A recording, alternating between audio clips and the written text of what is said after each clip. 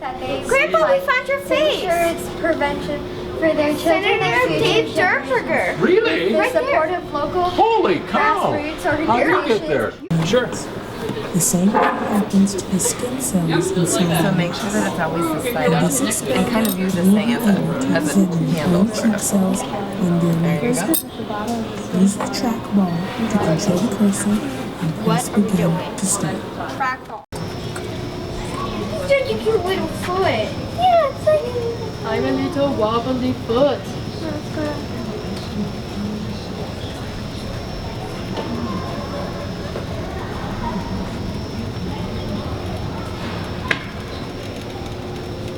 oh, look at the shells.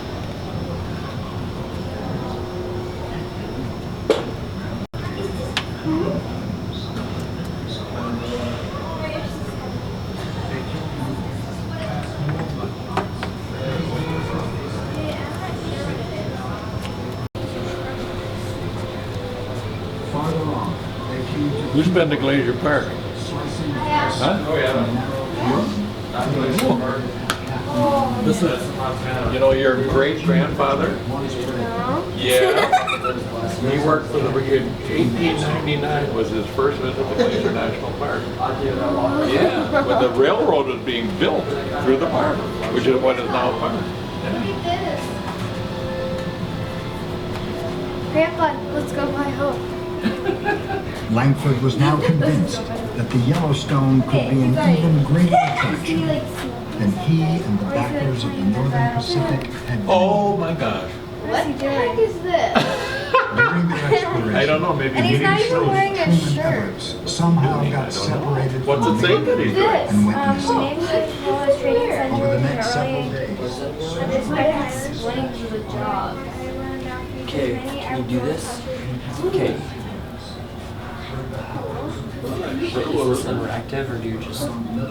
Jefferson National Expansion. Let's see. We have Minneapolis, St. Paul? right there. Oh, okay. Ah, look at that. I want to go over here to. You've been there, haven't you?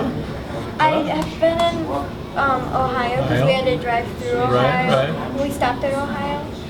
And I've been like in all these. Northern New York. cities. Yeah. Oh, did you see the one over Wow. there? It like teaches you about the environment of Wimbledon. What is it? Wait, Ooh, that isn't looks that neat? so real. That looks Huh? so real. It's so gross. Yeah. But it shows you what causes the problem, right? Isn't that clever? What you can do at home. Wait, is this salt? What you do at home can pollute it. That's just gross. Oh, you can reach down and touch it. Touch it. I'm touching poop. Yeah, see? I know.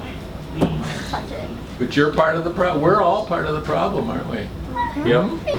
Oh. What is that? What's he playing? Miniature guitar. Ask, huh? It's a miniature guitar. Well, it's a miniature guitar. Yeah. Okay. And then look Or at this horse picture. mandolin or band 8, believe it. 10. 12. I mean 12, yes, 14. Somehow they range themselves apart. Yeah, it's brilliant the way they do that. Right. Glad you guys could do this today. No screws. Right. No, it's girl, boy, girl, boy. So you guys come to the Science Museum probably a fair amount, right? Oh, Yes, with Occasionally when we visit Grandma. Grandpa. It's really fun to do. Yeah. I enjoy coming here. Yeah. Have you ever been out on the Mississippi before on a boat ride? Yeah. No. We've been to some restaurants. Basically an opening popped up here. Wow. So Did you know ahead of time this is what you wanted to do, or were you just looking for next phase of your life? when I started with my GI Bill, I started volunteering here, and I knew it was a good place to work because Oh, I everyone see. Oh. got along so good, and that's still the case. Yeah. So, yeah, I won't ask you when that was, that was a little over 4 years ago. but was it? Yeah. Oh, no kidding. Yeah. Wow. So it's everyone's great good fortune you're here. Yeah. Decided to stay here. Yes. Yeah. Yes. I don't want to leave. You rotate assignments, No. or do you get to be a specialist? And to take pictures of me doing that.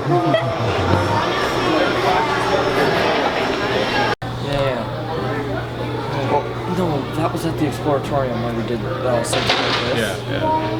That was really cool too. You had to like sit down and you look up at the ceiling and there's like, oh, wait, is that 2 levels? Oh, geez. Oh. That's 1, 2, and then see if you. Middle school was fun, but baseball. There's nothing there. Yep, baseball. It's amazing. Waterfalls? Let me guess. Well, did you just say, well, did you say it's a waterfall? 11,700 years ago, a waterfall 3,000 feet long and nearly 200 feet high existed on the river in front of what is now. My face is gonna be up there. I took my picture up there. See, my face is up Oh there. my gosh, yeah, your face is up there. My face is So cool. 10,000 years ago. That's what this exhibit's about. Really? And the falls receded over 10,000 years. It moved backwards because the water, because you had this, yeah, so the water eroded it. You had this soft layer of sandstone underneath a harder layer of limestone. And if you've ever gone up to like sandstone, you know how you can kind of wipe it away. It's that soft. So the water wore away the soft sandstone, and so Popular game in the world. Especially. Oh, that's next story. Hello, and welcome to week's edition of Auto Deals. I'm Crazy Amelia, your main wheeler and dealer. Joining me today is our noted NASA vehicle expert, Amelia. What do you have to offer for our viewers? It's great to be here with you, Hope. I've been record of this gorgeous little baby. No! That sounds kind of Hello, to me. welcome. Do you think she's really keeps going? Here we go now. Ready? Dun-dun-dun.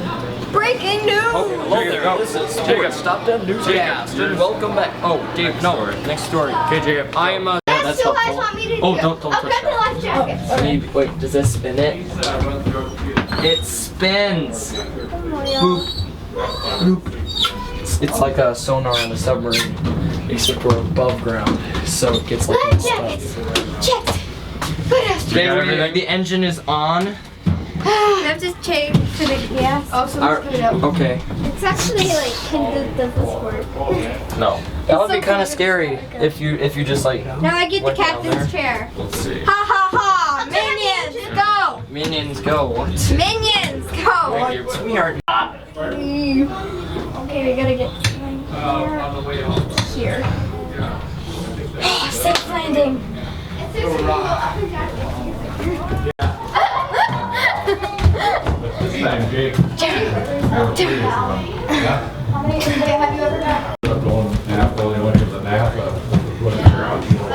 What's your question? The computer that you can't see because it's only. This is really heavy. Yeah, it's just, but it's so well done that you can manage.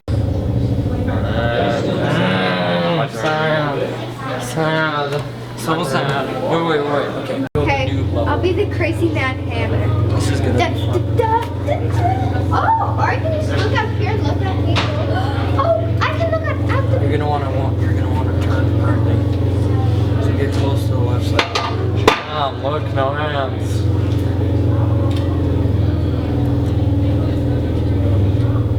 Yeah, it's gonna be Now look, there's floating.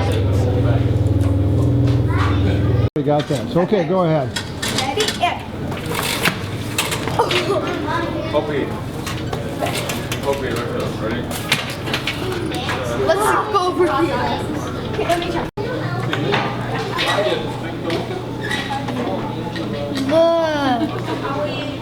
He's huge. Yeah, he is huge. That's not a real one. Wait a minute, can you actually feel it? Oh. This is actually what the animals do in winter. Hibernate? Very good.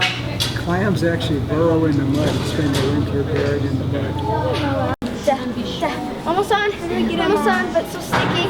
So sticky. These are really sticky. There you go. You got one. Another one coming. That was a good idea to blow in. Put in this one, one arm. That one, and then. This one, sorry.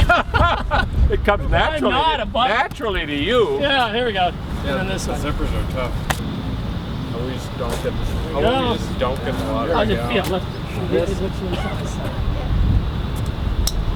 Now I'm gonna tighten Yeah, her the up. sides of this. Nobody's going into water, but we always want to be.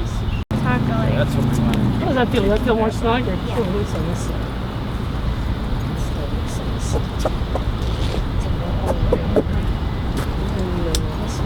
Should this be lowered?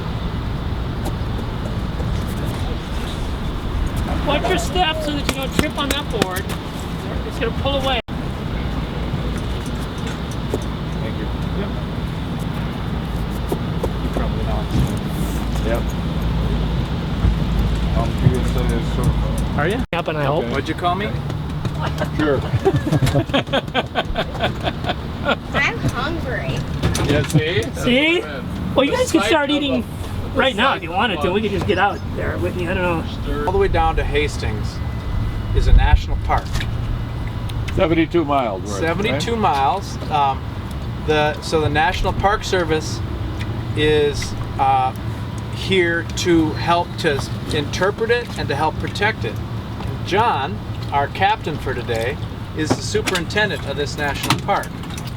And your grandpa was the leader in the United States Senate who passed the legislation that made this park a reality. So I got my job. that's pretty cool, huh? Yeah. And all those buildings are going to be torn down this fall. Yep. Well, they're just going to clear it, and so it's going to, and they're going to wait, and some. Yeah, they're starting to redo the street there, but it's going to look very, very different when those come down, and then something will maybe be redeveloped there. Can I tell you another story? See that building that says CenturyLink? Well, in the early 1970s, that wasn't there. But the telephone company, whatever it was called then, proposed to build that building there. And I wrote a letter to the editor and then started a little campaign to say, why would you put a building that close to a river and deprive everybody downtown of a view of this magnificent river? You know, and you're going to put a bunch of equipment in there. It isn't even going to be people at the time. Right. All my friends in the Chamber of Commerce are so nasty. Oh, no, it's good for business. What's he talking about? Yeah, so that building right there, in the context of what he's saying about Teardown, you know, is how I got motivated to do this. It used to be that the sanitary sewers and the storm sewers were combined. Yeah. If it reached a certain level, it wouldn't go through Big Dike and flow in the river. Yeah. And now about 97% of all the sewers have been separated. There's about 3% left that are just so expensive to separate them, they haven't separated them yet. So I assume that one is separated. Let's see. Before you get to your lunch. This is the Minnesota Elevator. Was the last vestige of the first farmer-owned cooperative elevator in America. So in the late 1800s and the early 1900s, all the grain trade, all the corn and everything else coming out of the Midwest was controlled by the big grain millers in Minneapolis. And the farmers didn't like that, and so they formed a movement called the Equity Cooperative Movement to try to create their own grain trading companies, basically. The Equity Cooperative located on the river here, but they had to ship by rail still. They're trying to get around the railroads too. And so they built this building. They built a low building called the Sack House because they used to load grain into sacks and put it on barges. That was the only way you could haul it. But Chicago, it started loading trains by the carload with these tall elevators.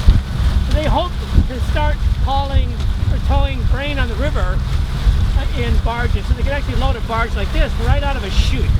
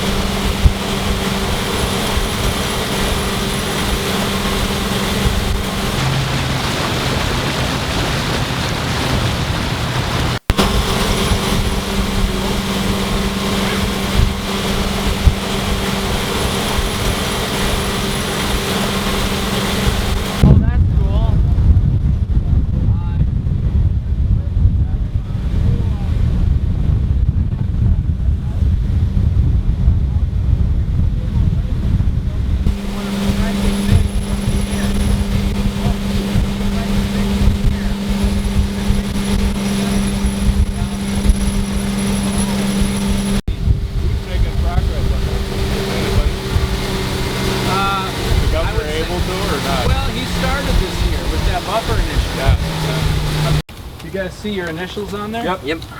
Yeah, she was really. Where is thinking ahead. Amelia? Oh, Michelle. One for you too, John. Great. Still busy. Big thanks. Yeah. Okay. So, you know, we started out today with lots of you got lots of questions about have you ever been on the river before? Mm-hmm. And everybody said no, I haven't been on this river before.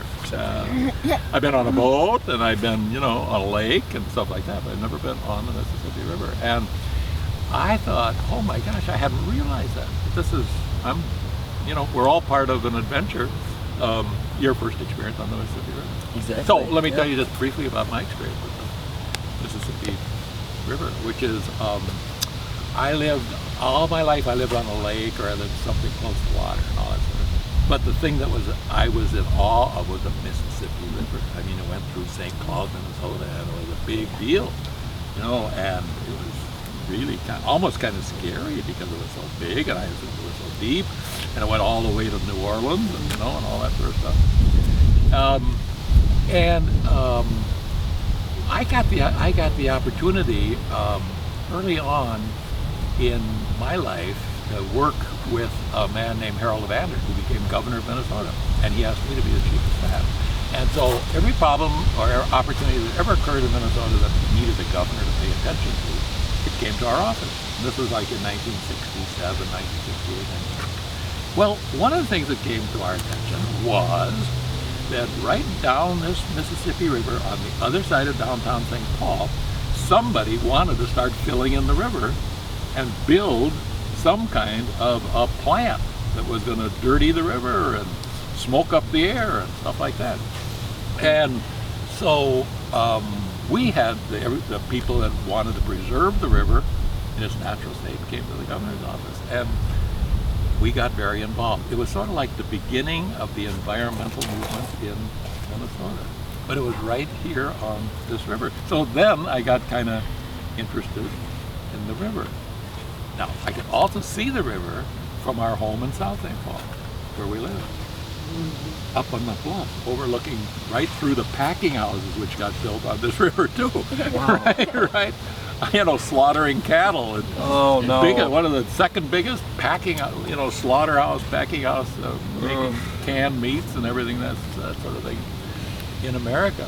But I'd never actually been on it until I had this experience. Once I got out on this river, I appreciated what a resource it was to the whole community. I mean, that's why they built the packing houses there. That's why, you know, that's why they built these dams. That's why, you know, all this sort of stuff happened. This is how this whole place grew. So I thought about it and the rest of my life like that. And when I had an opportunity a few years later to be chairman of something called the Metropolitan Parks and Open Space Commission. We're going to talk about the whole of the Minneapolis-St. Paul metropolitan area. And what should we do for the future, for my kids, I mean, for your dad and for, you know, for you guys, all that sort of stuff, looking way out ahead. What should we be doing with parks and open space? And, you know, a park, you know what a park is, because there's parks where you live and all that sort of thing. But there's also a combination of parks in open spaces and natural resources like this Mississippi River, which goes right through the heart of the Twin Cities. And so we looked at this river and said, not is it only is it a nice place to build a park, like the regional park down here, which I helped get started. Yeah. But it's a wonderful place for people to grow up in, you know, to begin to enjoy. Not everybody has a house on Lake Minnetonka. You don't, do you? But everyone can have a resource like this to be part of growing up. And if you listen to the stories, you come out here on the river like tragedy, and you listen to people tell you stories about this river and about the history of this river and about all of the marvelous, wonderful natural resources. I won't give you a quiz on how much, you know, how old is the limestone. Yeah. You know. Anybody remember? 425. Yeah, right. So, yeah, okay, then, you know, as you know, Grandpa gets the opportunity to run for the United States Senate. I actually get elected, and so one of the things that I had an opportunity to do was to pass legislation to help the National Park Service, you know, build and maintain and expand the current national park system. And I was involved with the Voyageurs National Park and International Falls. I have been involved in a lot of things, but we didn't know how to like set up the whole thing, and like how long did it take for you to fight to keep the thank you for that question, because I think it's a really good question, because it isn't like I did it all by myself. You know, there's just a whole lot of people who give you the idea to begin with, because all these ideas come from plain ordinary citizens. They don't come from politicians. We have the opportunity to translate what they're saying about the problem or the opportunity into action. That's what we have.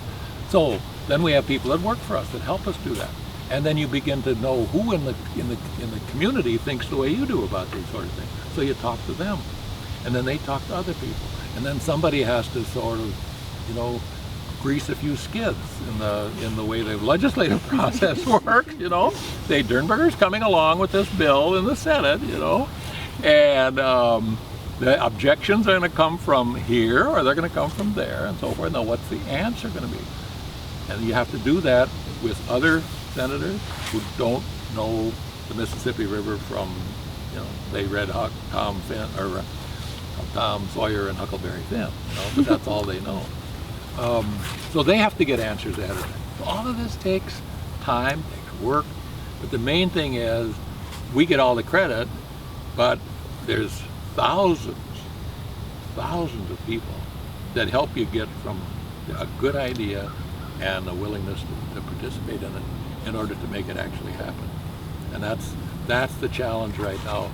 And you guys, you just asked me about presidential politics. I mean, we live in a world now where everybody wants one easy answer, you know, one simple answer, and it's much more complicated than that. And that's the hard part. And the better part, the good news, is that there are a whole lot of people. There are a lot more people that believe in doing the right thing, doing it well. You know, if you're going to do it at all, do it right, do it well. There are a lot more people that believe in that than are the people that say it can't be done or that sort of thing. But nobody right now is speaking to the good people. Nobody is willing in the political process to say, look what could be for all of us if we, you know, Democrats, Republicans, Northerners, Southerners, whatever, rich, poor, all get together. So guys, thanks a lot for coming on today. How about one more slow pitch question from me? One more what? Slow pitch. Softball pitch from me. And that would be, I wonder if your grandchildren understand that the partnership you had with Vento back in those days wasn't that unusual for Republicans and Democrats to work together for causes. I wonder if you... Sure. Yeah, somebody asked me, guys, about, you know, why, you've all heard this happen when you're with Grandpa, and somebody will come up, some older person usually, will come up and say, oh, I wish you were still in the Senate. You know? Yep. And the reason they do that is that when I was there, most of the issues in which we dealt with were not partisan. They weren't Republican or Democrat. But they required both Republicans and Democrats to solve them. When we created, not before I got here, when we created Voyageurs National Park, it was a Democratic congressman from northern Minnesota, you know, by the name of John Blotnick, who had to get together with Republican governor of Minnesota, Harold Evander, with whom I worked. And then once the Voyageurs Park was created, then it had to be his replacement, Congressman Jim Oberstar, who was a Democrat, and me in the Senate, who got the job done. You don't do the really important things in life unless you take the politics out of it. And it's that sort of thing that led to the Mississippi, because, you know, Bruce Vento was a Democratic congressman, far more liberal than I on so many issues. In fact, as a matter of fact, I didn't know that I didn't think for sure this had to be a national park run by the national government. You know, I thought No, we just have a joint powers agreement with all the states and all the cities and all, I mean, the state with all the counties and the cities. And Bruce was on a subcommittee chairmanship so that he could make this happen, create a national park here.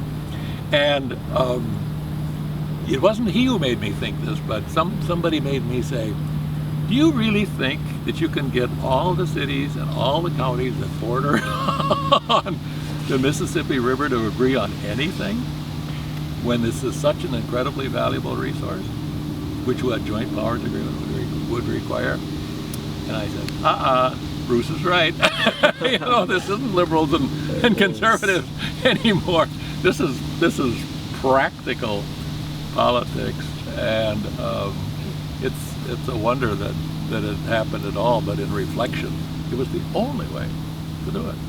So if you wonder how these things go, I mean, they go slowly, you know, and you got to get one idea at a time, and then you implement that, and step 1, 2, 3, 4 almost. And so the next thing we did was we got the money to do a study of the upper Mississippi River basin. So we looked at, you know, the upper Mississippi, and we looked at all the activities that were going on there. But the focus was on the future of the river. I mean, what is the best use or usage for this river? I mean, what can it do best? Given the population increase, given the nature of, you know, the business climate and number of people and the ages of people. And the recommendation came back and said, we ought to preserve a good share of the upper Mississippi River, and particularly that's in urban spaces where buildings are going up all the time. Some of that needs to be preserved in some way. And long story short, eventually, having had that study in our hand, Bruce Vento, the congressman from St. Paul, and I introduced a bill to make this a national river recreation area. And now it's basically part of the national park system. That's how it got to be. There's no big sign someplace that says, no, this is the national park. It's the same river it was before, but it's a better river today. More people can use the river before. It's not dangerous to use the river anymore. I mean, it's really an educational and recreational, and my other specialty is healthcare. It's just a way. It's a way for people to stay mentally healthy and physically healthy. And mainly, here's my bottom line, guys. And because it's so nice to have you here with me today. This is a generational thing. Of all the things we build, everything else is going to get torn down, or it's going to burn down, or it's going to go away. It's going to get replaced. You all know how much new technology comes along to replace all the old stuff. This river will always be there. It is the one thing that will connect all, you know, your great-grandparents when they were immigrants, you know, your great-great-grandparents when they were immigrants, all the way to your kids and their kids. It'll always be here to serve people just like you. And I'm just hoping that one or more of you at some time has the opportunity that I had to play some kind of a role in encouraging more investment in preserving rivers like this. But in the meantime, just learn to enjoy it, like we are today, right? Mm-hmm. We are definitely enjoying it. Any questions? Anybody got any questions? Well, it sounds really easy when you say it, but I bet it was a lot more difficult trying to set up this whole national park. Yeah, there were lots of challenges. Yeah. Lots of challenges. A lot of people, most people can relate to something like this only in the present. And so they say, well, you just can't do that, because if you do that, then something, you know, I have to change. I have to do something differently. I can no longer do this or that or the other thing. They think about, you know, themselves. You know, and it's a blessing to be raised to believe in other people. You know, and what's the value of what I do and what I have the opportunity to do for other people as well. You know? And you can do that. You don't have to be elected to the United States Senate to do that. The parents have taught you that. How about the notion that we're sitting at the confluence of the Minnesota River and the Mississippi River? The Mississippi River kind of speaks to the future in terms of our value about what we should be doing with rivers, and the Minnesota speaks to the past in a way. Could you develop that idea a little bit?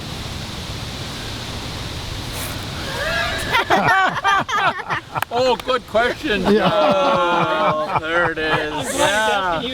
Oh. Well, I was just down in Mankato yesterday. Right.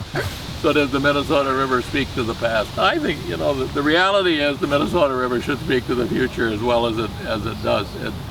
But it probably right now it represents a little bit too much of the way we used to do things rather than the way we're going to have to do things in the future. Because the idea, if you look out here at the sedimentation that's coming down the river, it doesn't have to be. You know, it used to be that this whole river was full, and it was going to get worse and worse and worse and worse. But everybody from here on down the Mississippi River, looking to the future, you know, said enough of that, because it's going to end up in Lake Pepin and then, you know, filled in Lake Pepin and all the rest of the sort of thing. It is bad enough when you get downstream in the Mississippi River. Why do we start the pollution up here? So, but then it gets to be, all right, what do we do with all, mainly farmers, who are living and using it for their economic, and part of that is national policy. Just, it's the fluctuations in agriculture prices drive a lot of farmers to do things they wouldn't otherwise do. So if there were ways to deal with the economics of agriculture, you could have the best of all worlds that Minnesotans have always believed in. You balance the use of these natural resources to grow trees, turn into homes, paper and so forth, the use of land to grow crops and so forth, so the food we can eat and we can ship around the world. And you have to strike those balances. And in order to do those balances, you need the kind of environmental policy that says we're all in this together. This river flows all the way to the ocean, and all of that food you're shipping around the world doesn't have to cost your neighbors an arm and a leg in terms of polluted waters, or rivers you can't use, or waters you can't swim in, or places you can't catch, or whatever, you know.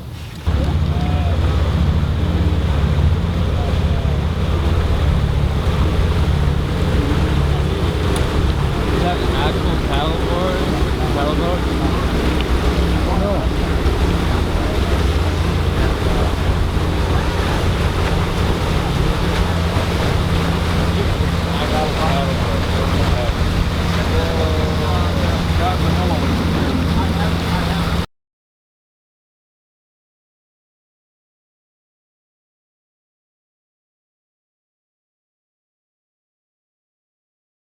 Bruce Vento and I had a relationship that was in part went back to when he was in the legislature and I was in the governor's office.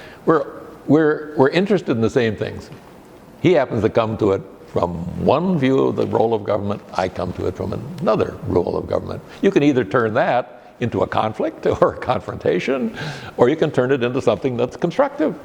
And being Minnesotans in the era in which both of us served, we always turned it into something constructive, and that's the way government used to work.